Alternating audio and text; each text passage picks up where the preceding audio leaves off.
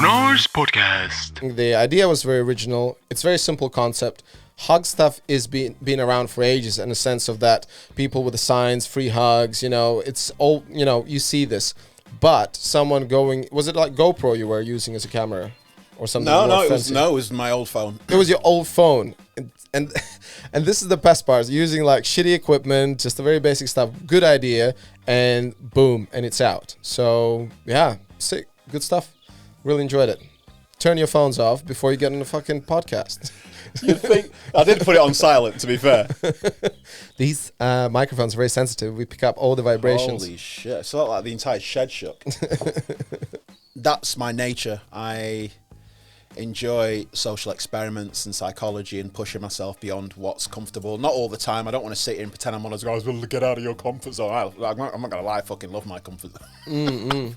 Pretty much all of us will love our comfort zone. I love it. Yeah, but I would argue I love it probably more than most. And so these little projects that I do are my way of just provoking myself out of them necessarily. And I don't do them as often as I should. But when I do them, I completely throw myself and commit myself to it. And 61 Hugs is a special thing because that developed an international traction. It picked up audiences all over the place, and it just enabled me, to go to San Diego for the screening I was invited to do. And it's just been a kind film to me in terms of how it's made people feel, the messages they send me on Instagram, Facebook, what have you. It's a special little thing to me. I think it's a really sick project, but I am actually the biggest fan of what I liked. I think the most was the bench. I think that was fucking insane. The bench, when you're just sitting there and waiting for people to come over and talk to you, and then like the first two guys, the one IT guy and the other one. Are we okay to spoil this shit or not? Yeah, it's okay. Of course. Yeah, so one IT guy and the other one was working in a warehouse. But at the same time, as soon as they start talking about aspirations and about their dreams, I like how the guy who works in warehouse was like, yeah, about ecology, saving the world, and some vertical farming, whatever that thing was. And the other guy was like, I just want a lot of money and just be cool. I'm brown. Yeah, and I'm brown. And you were like, oh shit, what do I do now? Like that one. But in general, I was so surprised that people would talk and would open up to this random dude sitting on a bench.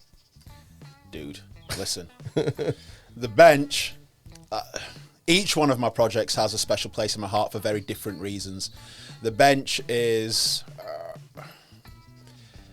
the episode 1 of the bench, just to give clarity for people thinking, what is this bench? Yeah. For God's sake. I'm going to put that on the background. People are going to see it, so don't worry about it. Thank you, bro. So the bench is a 7-part series where every evening in Sheffield, very late at night, very dark, very cold, very isolated, I would sit on a bench, usually from like midnight onwards, and I would leave my house with one question. I would sit on the bench and I would ask passerbys the question and see how they feel about it, and they'd answer it, and then I'd say to them, would you like to join me on the bench and discuss and explore your answer to this? Which is crazy. 11 o'clock. It's dark. It's pitch black. Yeah.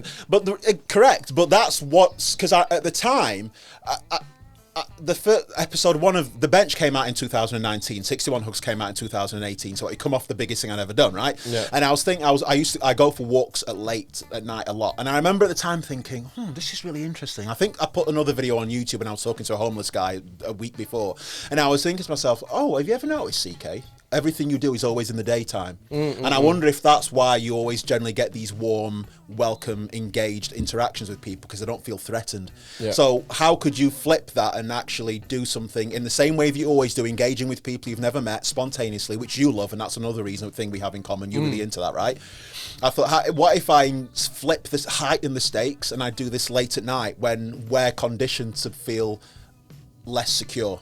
A little bit more threatened when it's dark. Yeah. And that was a very intoxicating question that I was asking myself. And because I'm naturally an overthinker, I thought, that's quite an interesting idea. Do it next week. Do it next month. And I thought, or do it now.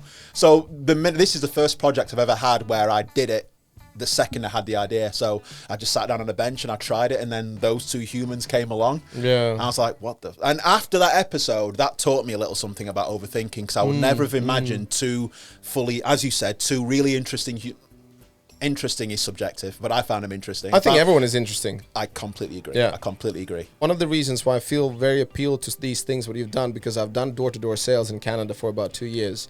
I've done door-to-door sales in minus 30 degrees, going from house to house near the Christmas. When I see outside the house, this lovely couple is cuddling, and there's a Christmas tree, and they're having a fucking lovely warm drink, and I'm just there outside, all covered in these, scarves, and just freezing my balls off. And like, I have a master's degree, and I had everything what I wanted pretty much back home, and then I'm just all the way in Canada and what the fuck am I doing with my life, right?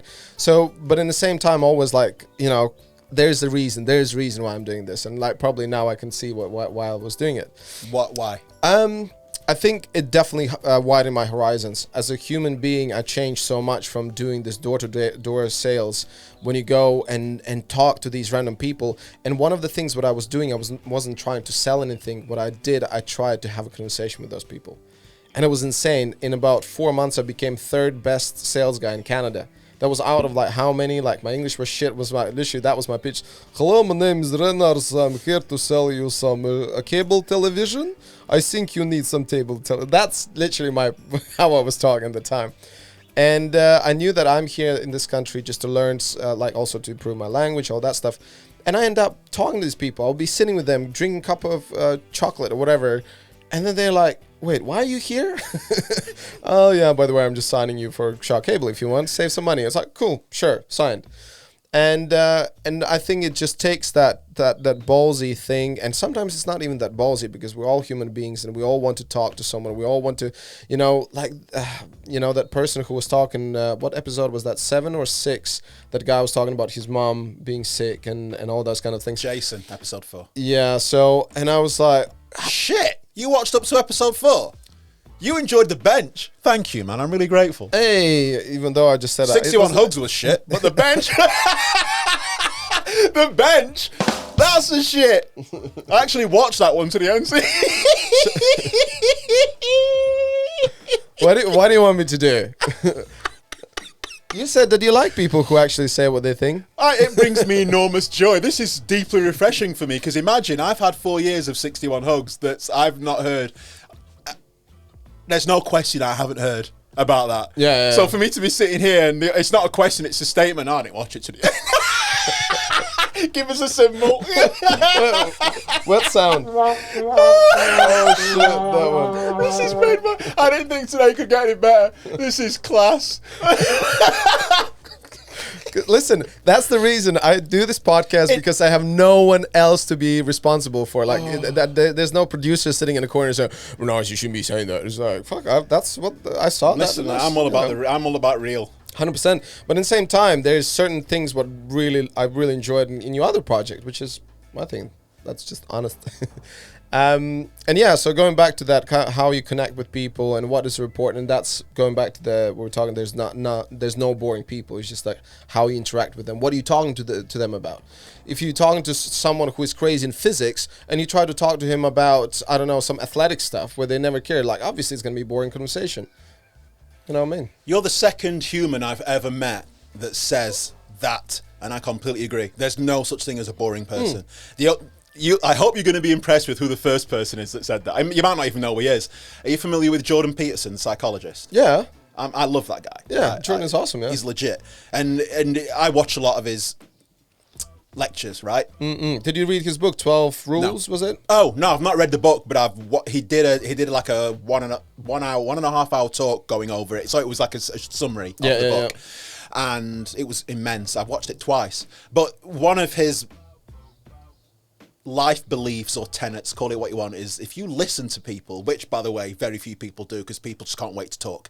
If you listen to people, they will tell you the most remarkable shit you could ever imagine. Yeah. And it's true. And it's like there's no people are, his exact words are, people are fascinating, and if you listen to people, they'll tell you the wildest shit. Not necessarily salacious, so I shagged my brother yesterday, right? But they'll tell you some salacious, they'll tell you some really stunning, insightful things, and I'm obsessed with learning about human behavior and psychology. The other thing, what I really want to say it now before I forget it. I thought the way you call them, those are documentaries, right? You don't call them a movie, a film. How do you call them?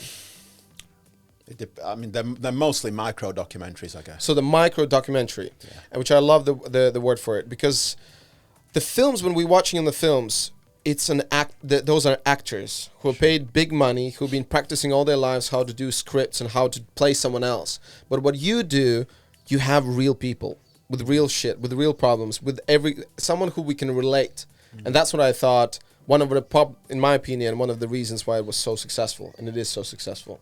And to continue these kind of projects, I think it's admirable, and just keep doing them, because we need that. What is the reality?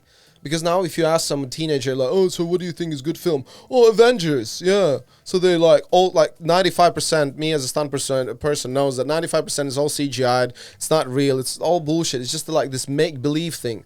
But what is reality? You know, what is that girl who was pulling her boyfriend to come and talk to you, you know, the one... You know, the famous one. And he's like, oh, yeah, let's go talk to him. But I'm afraid. But let's go talk to him. And that was about the faith, wasn't it?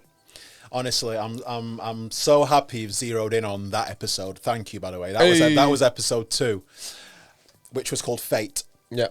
And that is one of my highlights of the 7-episode series, that specific interaction, because it really... forced me to challenge my own preconceptions, which, by the way, I love. Few things in life bring me more joy than challenging my own expectations, right? Yeah. So just to give your listeners context, I was sitting on the bench. The question was, do you believe in fate? I saw this young couple walking towards me. You could tell they were about 21 each. She was really small, petite. He was a big, burly, well, not burly, he was a tall guy. And I said, do you believe in fate? Then they answered, I said, would you like to join me on the bench? And what I expected to happen is completely not what happened. Because I expected her to be like, who is this guy? Like, come on, let's get away from him. But it was the complete reverse. Like, he was a little bit, what's going on here? This is sketchy. She was like, come on, let's join him. And I was like, and that really, really surprised me in the most exquisite way possible. Because like I said, why would I have expected it to be the way around? And the fact that she was really dragging him, that's one of my highlights of the entire series. And I had a really nice conversation with them. Their story was beautiful, how that couple came together in university. And because both of them had to do some extra studies or something, and they end up in the library. Spoiler alert! Don't watch it. Just listen to us. Yeah, they both had an extension on their courses because they both and they didn't know each other, but they were in this extension, and that's how they met. And it was honestly, there's so many things about. I mean, I don't know. There's that was what I was going to say. Sorry. Yeah, the fact that I was really surprised because the bench was something that I thought I would like. There's a lot of things. There's a lot of reasons the bench shouldn't work, and I'll tell you the main ones.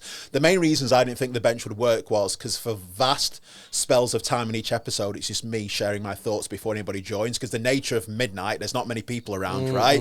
Yeah. So I remember in the edit when I had to edit all the episodes together, I thought, you might want to get all that shit out. Just take all that stuff of your thoughts out of it, because nobody cares about that. They just want to hear when you meet someone. They don't want to hear about you feeling cold or you've been nervous or the fact this is a really difficult challenge. I thought, take that out. And I thought, no, because then that's undermining the challenge, because I was sat there for ages at times. Yeah. So if I take that out, it would feel like every time I went out, someone was there instantly. Exactly. So I thought that has to be in there, and I'm willing for people to switch off. But what actually happened, and this is one of the reasons I'm super grateful for what you just said. One of the things people said is, to be honest, I actually really enjoyed I enjoyed hearing how you felt before somebody came along. I enjoyed both elements of it, and I wasn't expecting that, because you know what, we live in a society where everybody wants everything now. Right? Yeah. Nobody ain't got time for waiting for shit. Like, where's the person? Where's the person? But I was utterly delighted when people say, no, I really enjoyed the bit before people came along. Blah blah blah. Renarspodcast.